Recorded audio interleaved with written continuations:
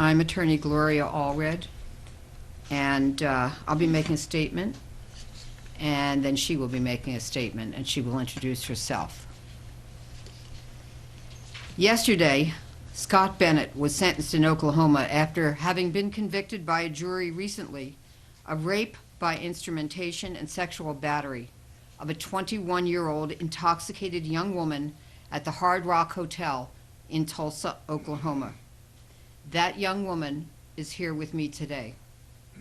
The victim had been depressed after the loss of her mother to cancer earlier that year.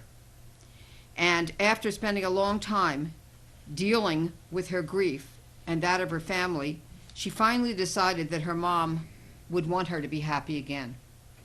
As a result, she and her friend Joel decided to go to the Hard Rock Hotel in Tulsa, Oklahoma on December 5th, 2014 to celebrate his birthday and her promotion on her job. She and Joel had dinner at the hotel and some drinks.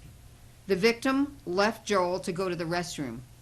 She was clearly intoxicated and somehow ended up in the hotel's elevator. The hotel security video shows her alone inside of the elevator, falling and incapable of even pushing the elevator button.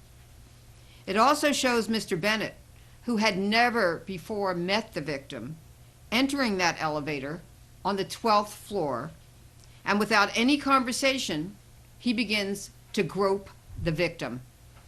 The elevator then descends to the lobby. The victim tries to exit the elevator and is prevented from leaving by Mr. Bennett. He then pushes the elevator button and the elevator returns to the 12th floor, where his room is located. Hotel video then shows Mr. Bennett with the victim in the hallway on that floor. The prosecutor argued that Mr. Bennett committed the act of rape by instrumentation and sexual battery on the floor of that hallway, and that Mr. Bennett then took the clearly intoxicated victim to his room, where he also victimized her. At some point later, Mr. Bennett and the victim left his room, and Mr. Bennett took the victim to the 7th floor and then left her lying on the floor of that hallway. Later, the video shows that he returned and placed the victim's boots and purse beside her as she was still lying unconscious on the floor in the hallway. He then skipped away, leaving her abandoned as though she was a piece of garbage. Joel had sent hotel security to look for the victim when she did not return to him, and security discovered the victim still unconscious on the floor. The victim testified at trial, and so did Mr. Bennett. The hotel security video was also played for the jury. The jury convicted Mr. Bennett and recommended that he serve a sentence of 5 years for his crimes against the victim. Yesterday, the judge imposed the sentence recommended by the jury. And I might add, both the victim and I were in court in Oklahoma for that yesterday. Today, the victim has decided to speak publicly for the first time outside of the courtroom about the sentence. She has decided to speak out and reveal her identity in order to help other victims. She feels that the sentence for the defendant in the sexual assault case at Stanford of only 6 months and registration as a sex offender did not do justice for that victim. She's satisfied, however, that the sentence imposed on Mr. Bennett of 5 years in prison and a requirement of lifetime sex offender registration was a just sentence in her criminal case. In any event, we want to send a message to sexual predators. If a woman is incapacitated because she is under the influence of alcohol and/or drugs, you have no right to touch her, sexually batter her, or rape her because she cannot consent. Further, the fact that you, the predator, may be under the influence of alcohol and/or drugs does not provide you with a legal justification or defense to a charge of rape.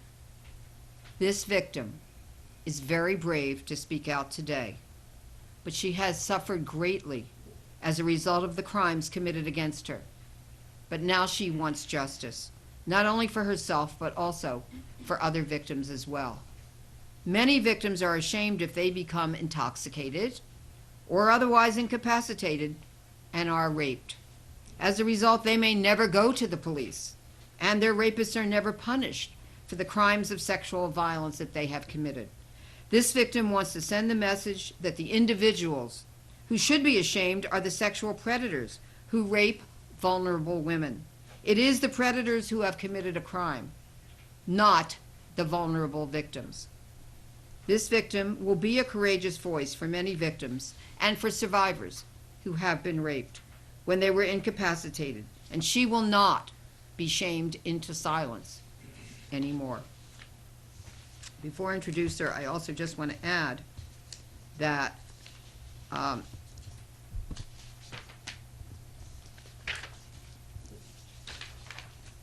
that it's important to note that this judge will be, on July 5th, hearing two motions, and one will be a motion for retrial by the defense, and the other will be a motion in which he will decide whether or not to release the hotel security video to media who have requested it. And now, my name is Shelby Pfeffer, move up a little, and please. I've prepared a statement that I will read for you. The last 18 months have been extremely trying and a test of my personal strength. Trying to maintain a normal life after what happened to me seemed impossible. The trial has loomed overhead like a dark cloud. Not a day has gone by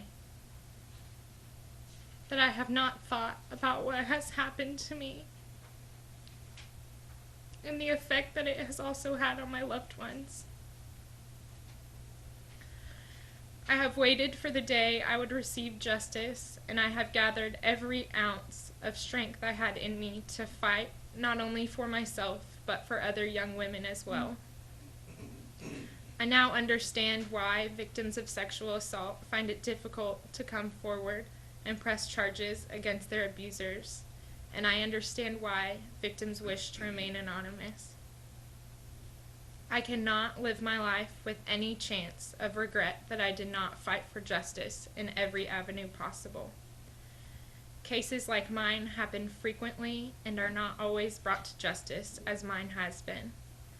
Recently, we have all heard of a young woman who was gruesomely sexually assaulted, and her abuser was given an unreasonably light sentence based on age, risk, and being a first-time offender. My heart aches for the victim of this case and for her loved ones. The words in her statement rang so true to me and have stuck with me since reading them. It is my goal to provide a voice for victims who feel silenced. I want to urge women to follow through with prosecuting their abusers. We cannot allow these sexual predators the opportunity to cause harm to another innocent person's life, or to have any more power over us than they already have. Yes, the trial was the most challenging event I have ever faced. Yes, my character has been attacked, and I have been further victimized.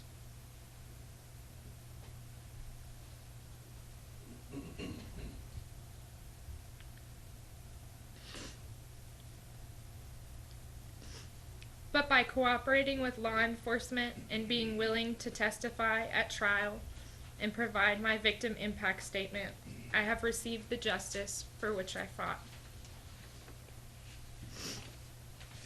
I feel appreciative that Judge Stidley followed the jury's recommended sentence. I feel as if this was a just sentence for the crimes committed against me. The impact of this event will never go away. No amount of jail time, probation, or registration will ease my pain. Yet I feel after yesterday's sentencing, I can finally begin the healing process and start to put this behind me.